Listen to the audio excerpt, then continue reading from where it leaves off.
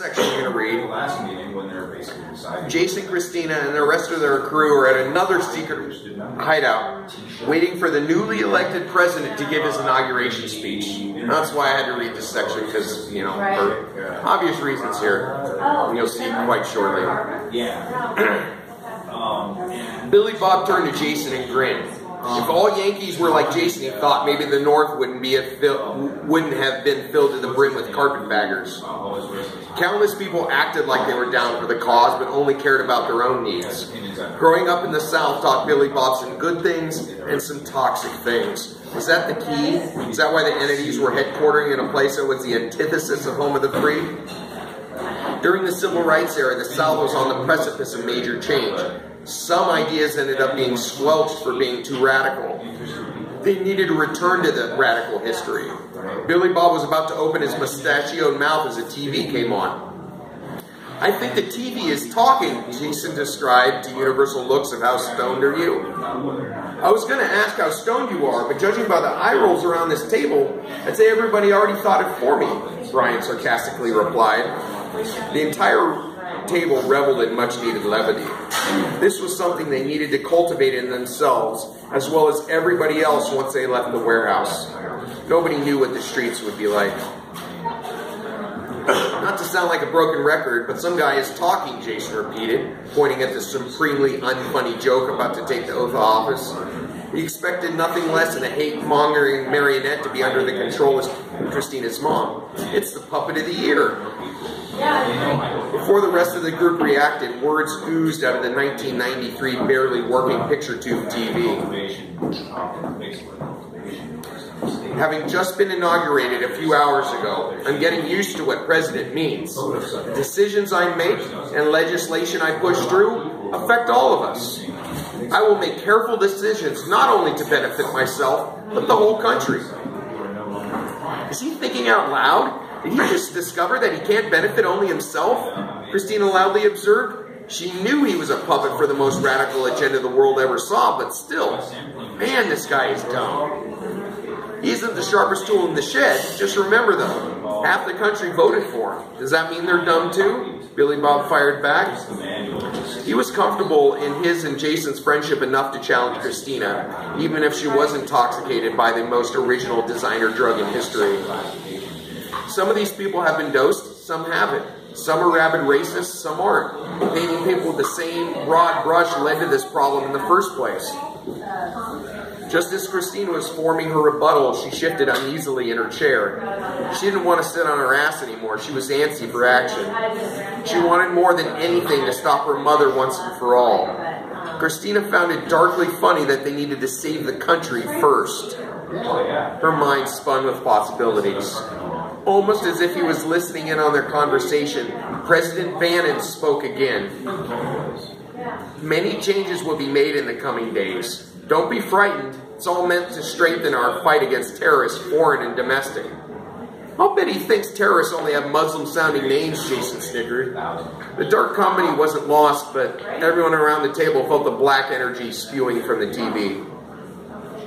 In addition to fighting terrorism, I want to create more jobs and protect the sanctity of life. We don't need half the government departments we have. I'll be spending most of my time in the South. I want to make Atlanta and Birmingham our new co-capitals. It's about time we recognize our Southern roots and make sure wars aren't fought for things we don't want. Hail to the South and hail to the North for putting me over the top. A lot of you out there might be unsure about the future. While it's true I've never held an elected office, I also haven't been corrupted yet, Bannon sarcastically droned. Since I've never been corrupted, it's my duty to present new American ideas. Well, they're really old ideas. They say that American people are special, that through manifest destiny, God wanted us to move west. I'm a strong, God-fearing Christian, I have to say. God and his associates have assured me that moving the capital to the South will give America the jumpstart it needs. I encourage everyone to channel their rage and passionately admit what you haven't for a long time. Make sure everybody knows where you stand on everything. Don't ever hide who you are. This is a new day. We'll fight until we win. and we will win. It will be spectacular because I'm spectacular. Thank you. So, obviously, just kind of a way for me to channel a lot was going through my head during this last election, the last year or two. I mean, I guess that's pretty much what any writer does. Uses what they know and what they've experienced to kind of spread some truth or whatever they want their message to be, I guess. But and I wanted to at least point out my mom did all the artwork, did the watercolor for the covers, and put it through Photoshop so it looks like a cool photo and everything. And it really just made me feel good to be able to do a project with her and bounce ideas off each other. Just really makes me feel good. I'm looking forward to doing it on the new one. Next book, I'm half done writing the new one, so hopefully be out in the fall. I wanted to read the paragraph on the back of this one. Because I thought it was pretty good too, but it was extremely hard for me to find a symbol of the Confederacy that wasn't the flag, so I had to choose the Union and the Confederate Civil War hats, and some doves for peace, of course. They weren't the freedom fighters of yesteryear. They were riding a mixed-race bus so all people would get treated the same. They were on opposite sides of the electorate, liberal and conservative. One was raised on racism and inferiority, the other with acceptance, peace, and love. Their unity needed to be constructed to show the world's white people that, yes, the world is Kodachrome. So, I just had to put something out there, something good, just with everything going on. I just kind of got sick about a lot of it, and, had to try to put out something positive, and try to shine a little light where I can. So, any questions, comments?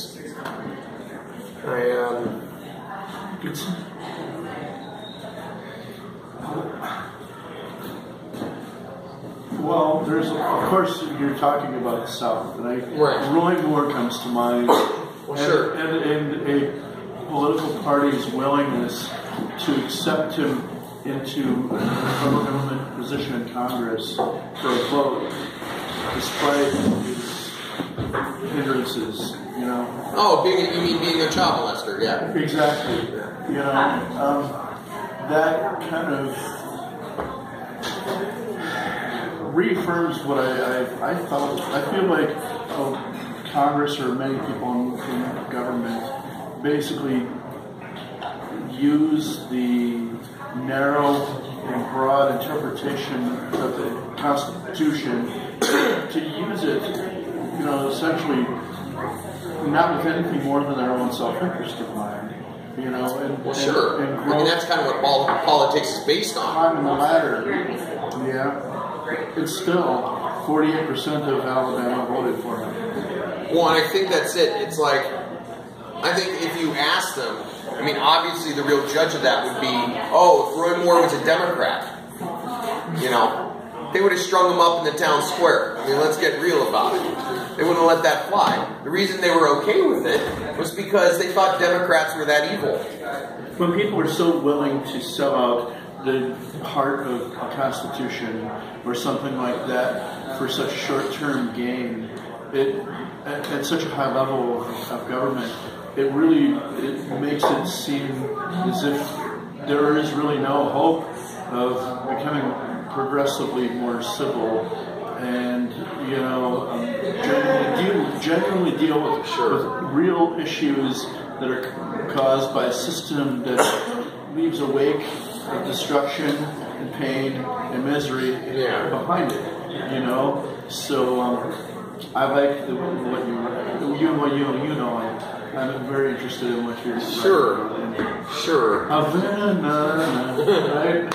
Well, I mean, and part of my thinking on it, and maybe just because I'm like a eternal optimist, just because I gotta be. I mean, can't let the darkness overtake me, because then what's the point of anything?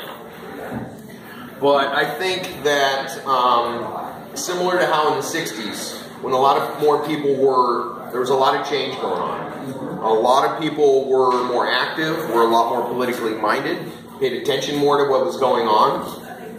And there was a power structure that knew it was starting to lose its power. And so they knew they wanted to fight back against it as best they could. And I think we're at that stage again. They know the new generation is going to win. And history is such a proven factor that if you're against the rights of anybody, if you're just against the rights of people, historically you're going to lose.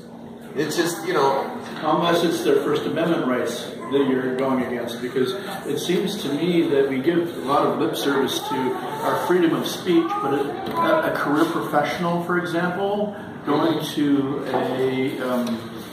being an activist or anything like that, your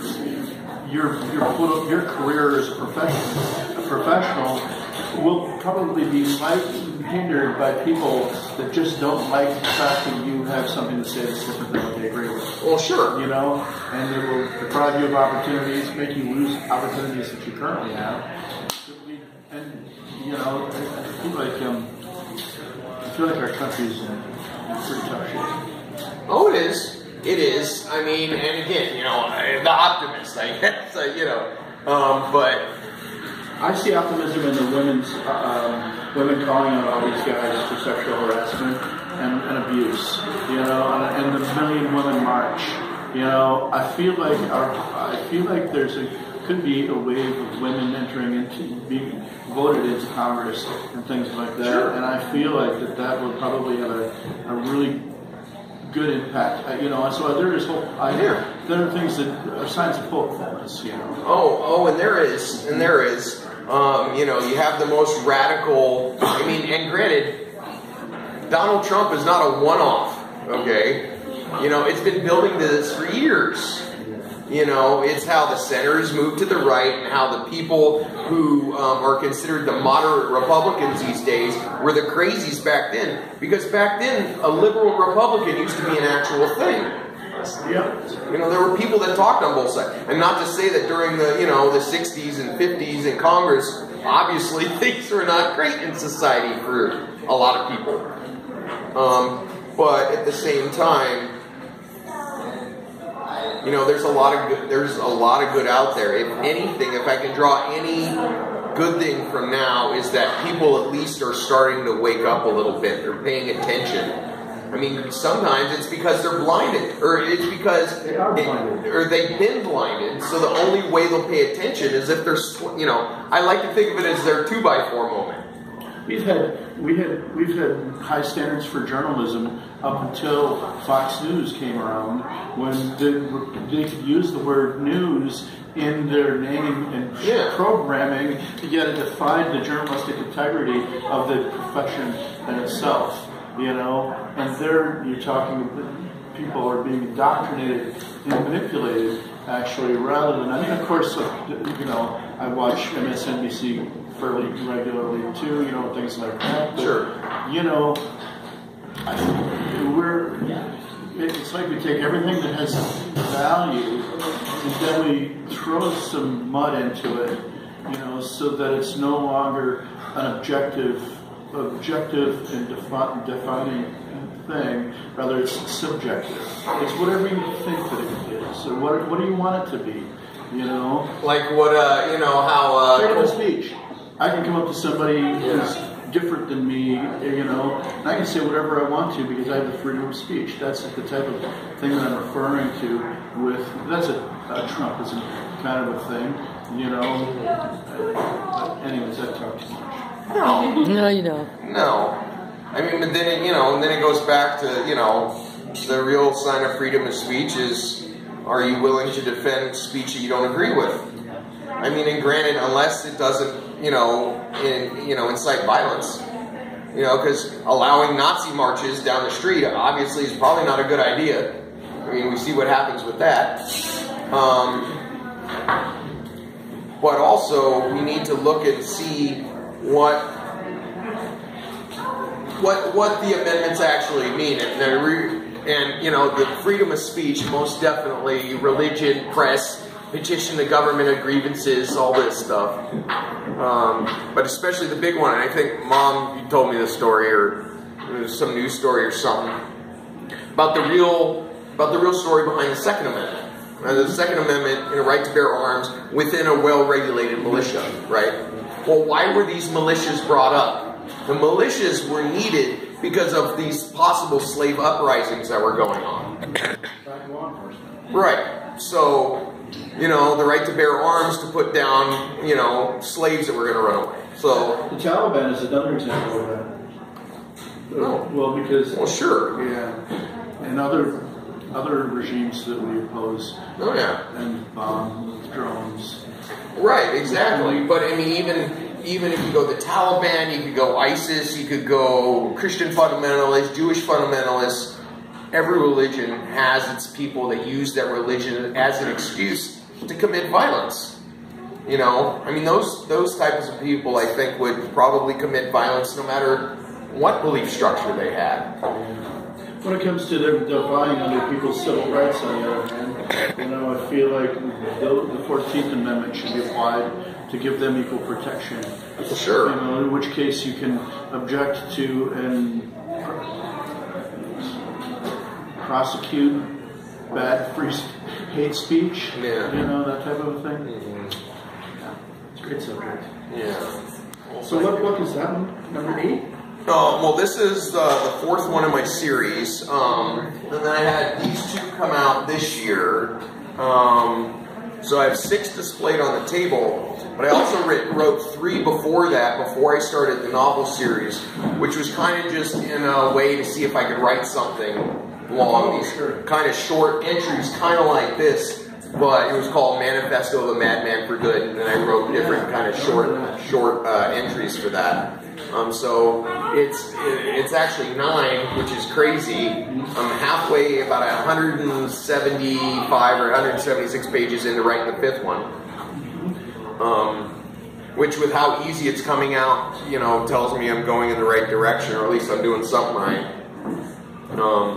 The more I talk to people, the more people, if I can talk to people, I mean, they're, you know, they all seem to be okay with it.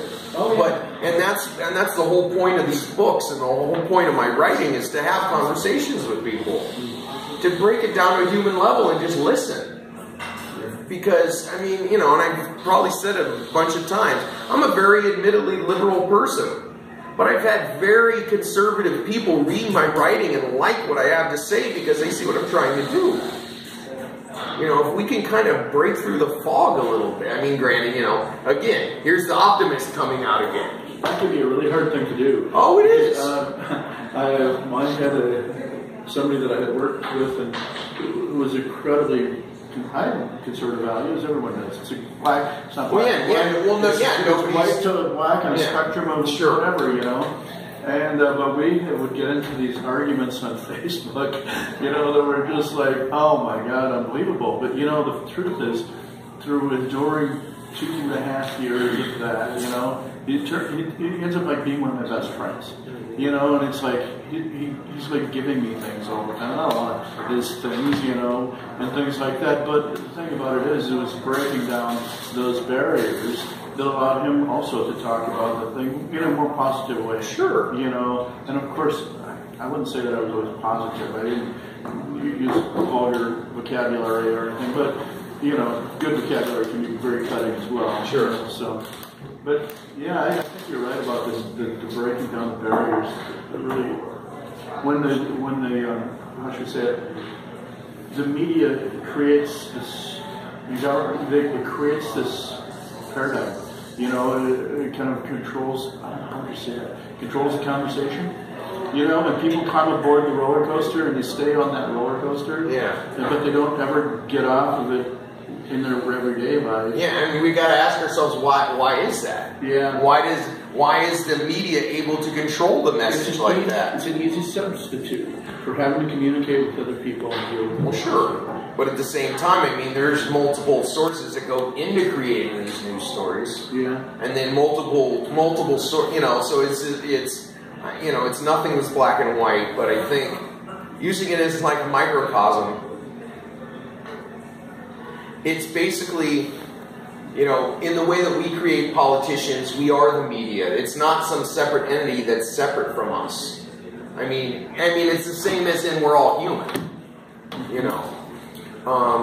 and we certainly have the ability to make better media, but also it takes people standing up. And granted, I've for a long time, and I've written it into a few of my stories even, I'm a firm believer of critical mass. You get enough people together. I mean, I love the metaphor, right? 10%. You can probably get 10% of the country to believe in anything. Anything. Any crazy thing you could come up with. If you could ever get those 10% of people to show up somewhere, I mean, you're talking 30 million people. Nobody could stop you. Now, granted, and then I thought about the physical amount of ground that would cover, 30 million people, but I guess the idea is that, it's the illusion of power. It's the illusion of power that the government and everything uses to control the people, makes themselves seem powerful. The people think they're powerless, goes into the whole game. They think they can't do anything, so they don't try, and then the government, and it just kind of feeds on itself. Do you think that what percentage of our population, you think, in the United States has the resources, time, or extra energy after they do their day's work, have raised their children, and things like that? Do you think, what percentage of those people do you think have 5 hours a week to be more politically active within the system and within their local areas? Well, I think it can be worked into almost any lifestyle, really. I mean, it just depends if we want to. I mean, because, being active doesn't mean sitting in front of the news for 4 hours, although that could be it. It could be just having, human conversations with people you meet. Or it could be, anything in your day, being nice to somebody, or just any interaction you have. It could involve that. It could be basically starting to pay attention to things that are outside your bubble. I think that, I've had relationships with friends and things like that on the side, and had been involved in a church organization at a pretty dense level for 7 or 8 years, looking for ways that I could contribute. Feel like I was not just being nice and not just doing something, but having conversations about really how people treat people. And things like that, so you can actually start to reverse it, because at some point the involvement can become so generic that you really don't get to you begin the niceties, the social acceptance, and all of that prevent you from actually stepping out on a limb a little bit and poking that thing that that hurts a little bit. So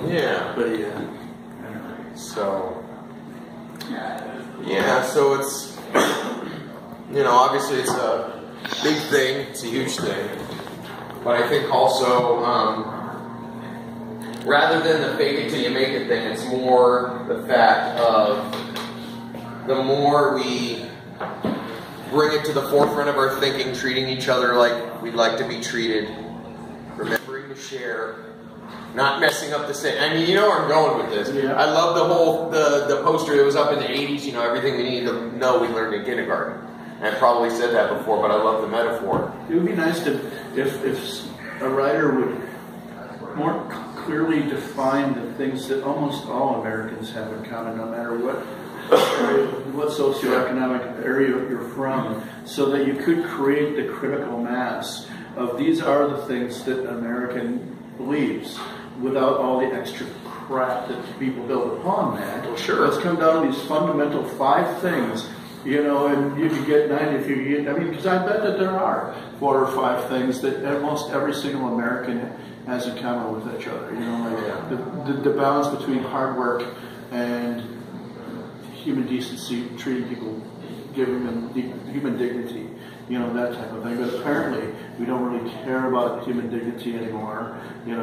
Senior citizens, handicapped children, just Well, yeah, and I think that's part of it. A lot of people will say they'll do stuff and say they want to help and say they want to do all these good causes and all these things. But when it actually comes down to it and it's time to take action, they're nowhere to be found. Yeah. You know, it's like they want to, you know, have their cake and eat it too. I don't know if it's kind of that kind of thing. Benefit from the thought. Yeah. How they work. Yeah, but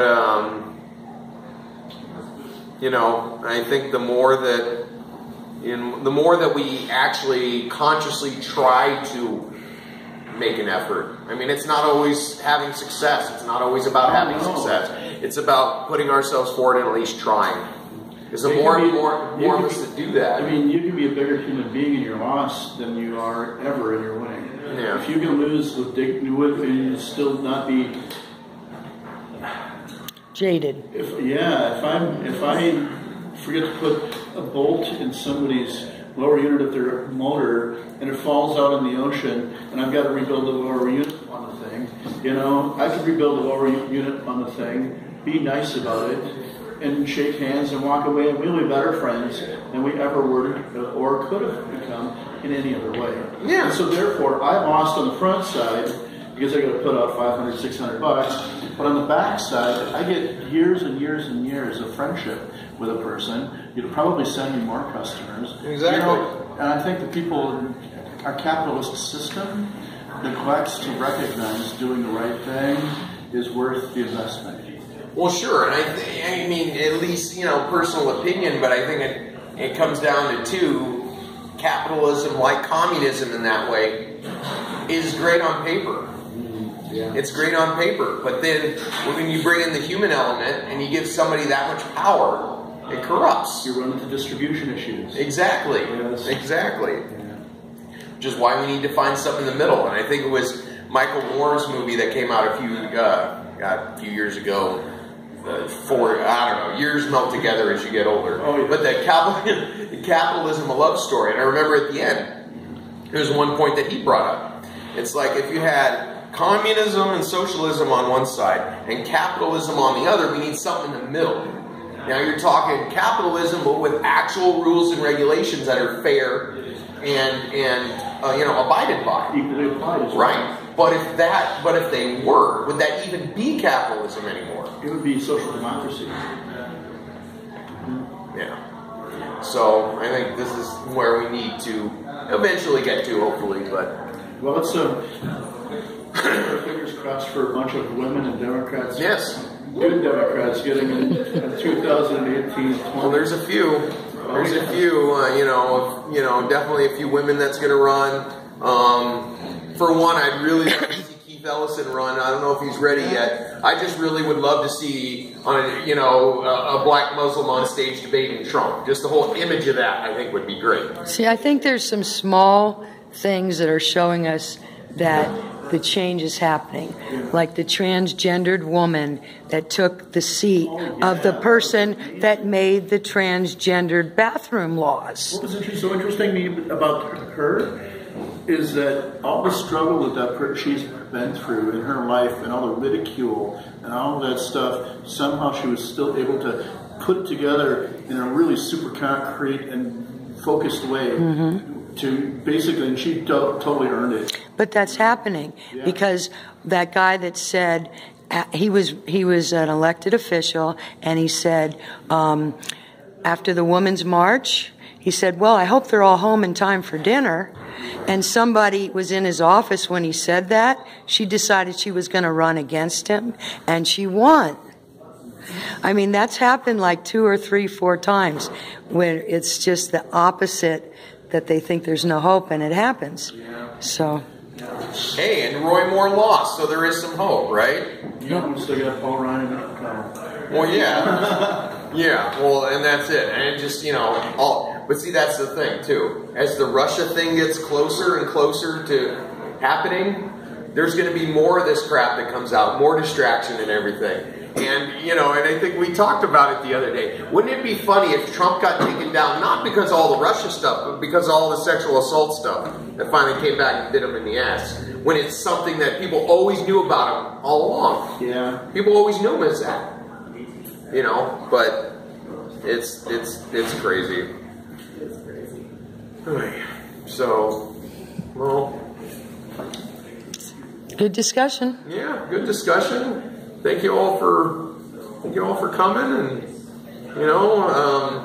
thank you for giving me the ability to share some of my thoughts and ideas and my books, and just makes me feel good to share ideas and really make me think, feel good about, putting a voice out there and having some conversations and just talking to people and listening and just sharing human ideas. Makes me feel like I'm doing something. I mean, I like to think of it as, you could take the greatest people in history. You could take Martin Luther King, you could take Gandhi, you could even take Malcolm X after he came back from Mecca. But you could take the greatest people in history, and all they were able to do is take it the next step. And I'm not saying I'm comparing myself anywhere near to them. But if people like that were only able to take it the next step, if I can get a few more people to think, maybe change a few of their interactions, maybe their interactions change with a few people they interact with, and, so on and so forth, then, feel like I serve some kind of purpose. So, anyways.